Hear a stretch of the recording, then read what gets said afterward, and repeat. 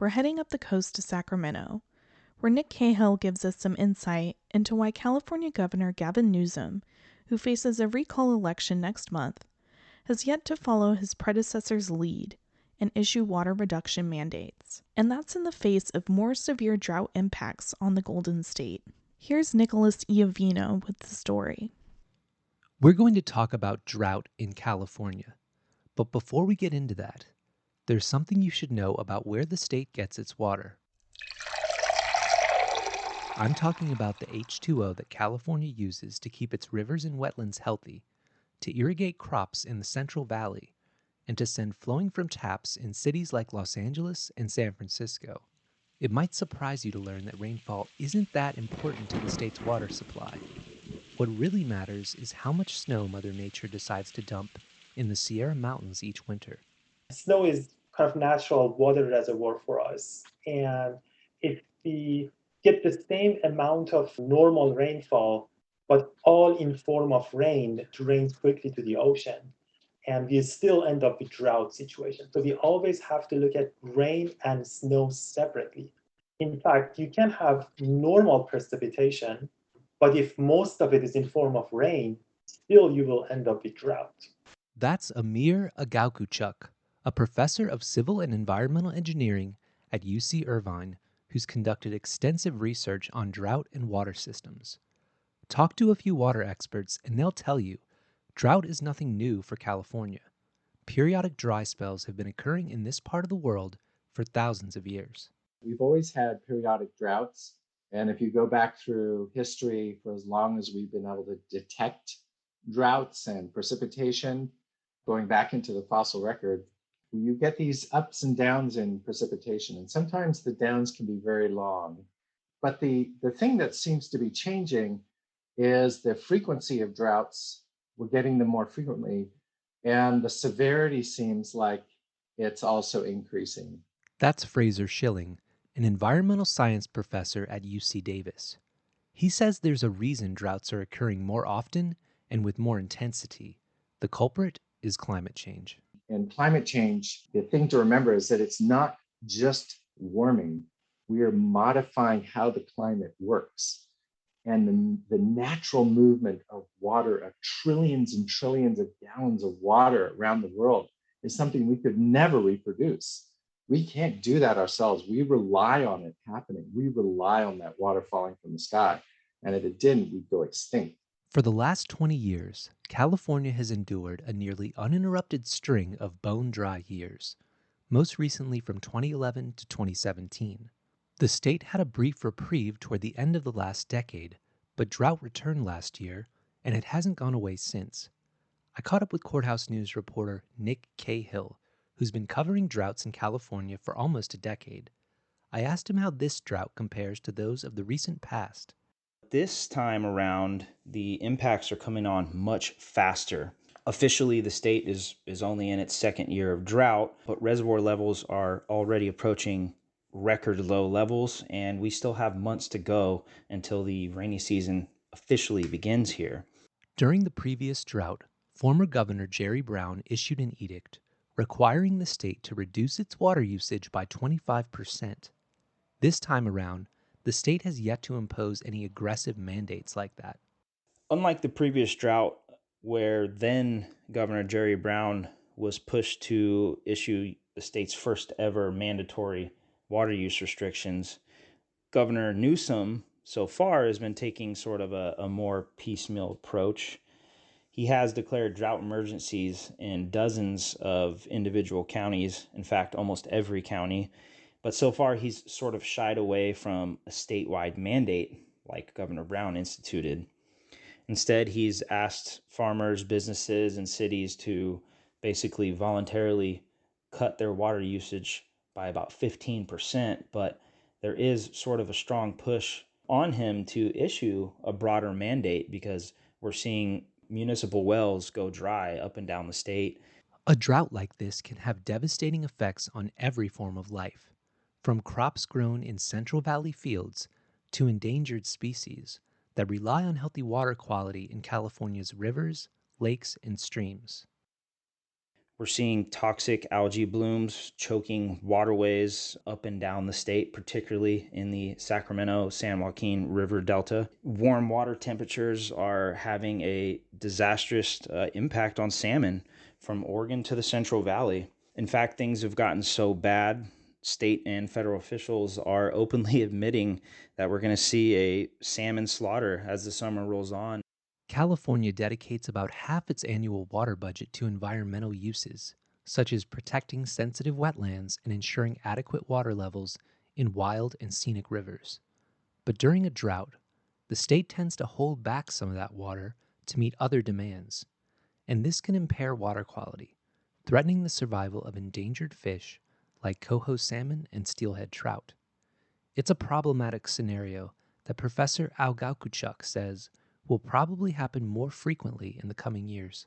In a normal year, a certain amount is released for aquatic species for maintaining environmental flow in rivers. Under extreme situations, managers and decision makers can cut back on the environmental flow.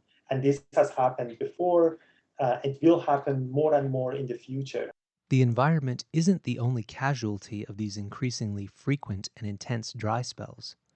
Nick Cahill explains how the drought has affected the state's $50 billion a year agricultural sector. This drought has been particularly tough on the industry as the federal government and the state essentially stopped water surface deliveries in the spring.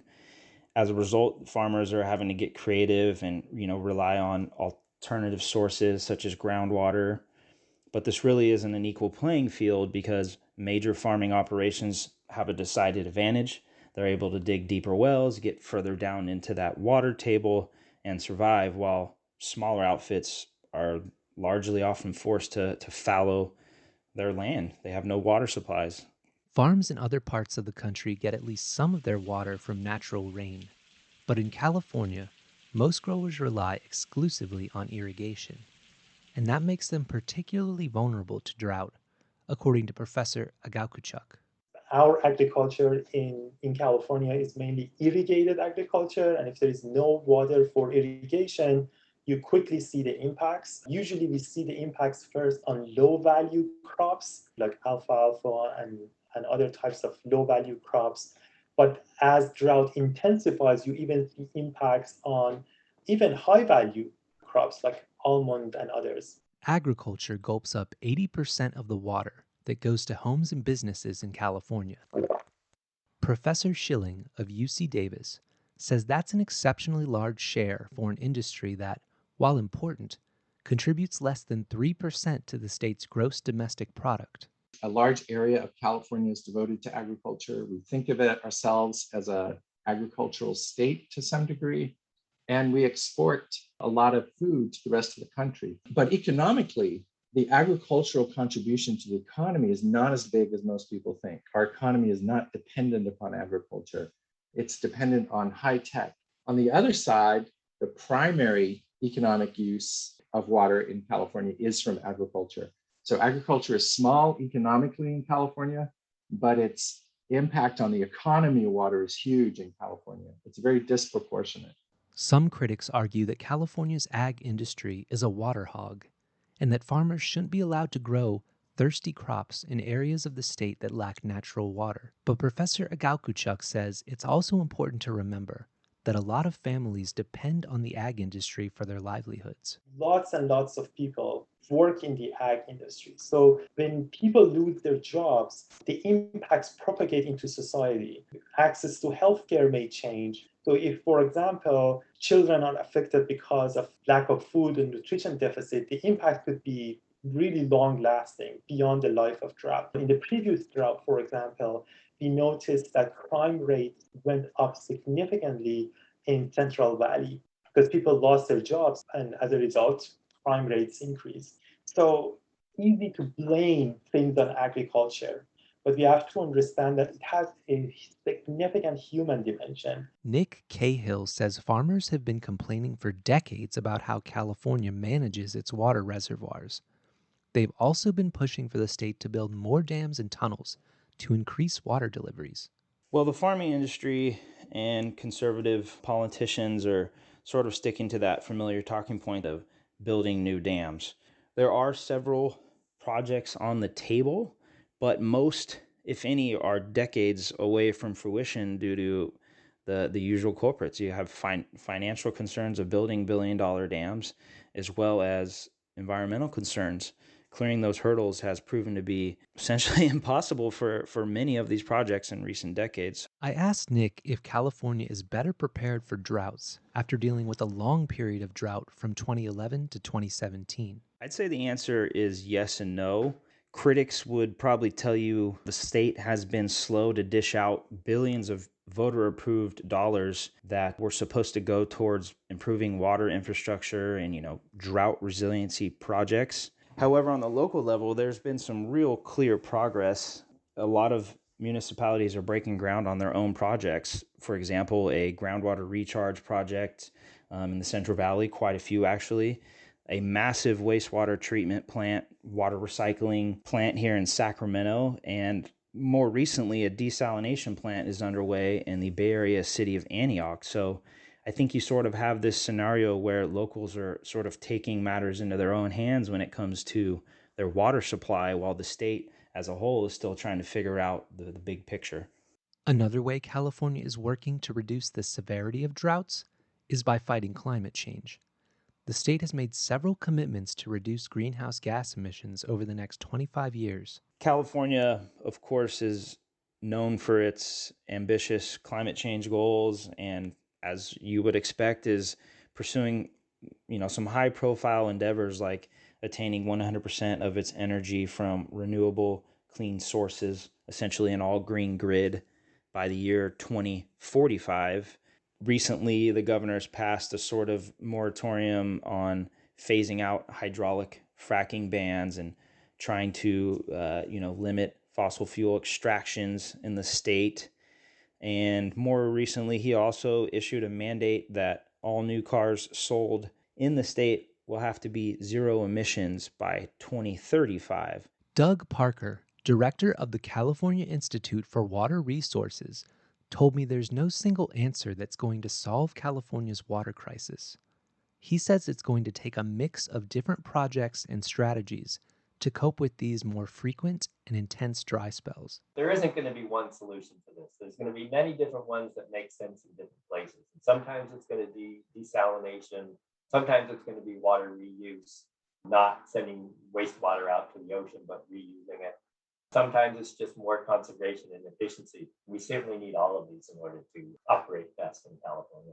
And though we can't control the weather, Professor Agaukuchuk says average citizens can do more than just rain dance to help stop droughts from getting even worse in California. Well, at the individual level, obviously, we don't have any control on the weather and meteorology. But if we cut back on our emissions, at least we can have a small impact on future climate change. And again, at the individual level, if we contribute to demand management by cutting back our water use, maybe removing our lawns and put more native species and things like that, then we can have big impacts. So by both cutting back on emissions and cutting back on water use, I think at the individual level, we can have collectively a huge impact.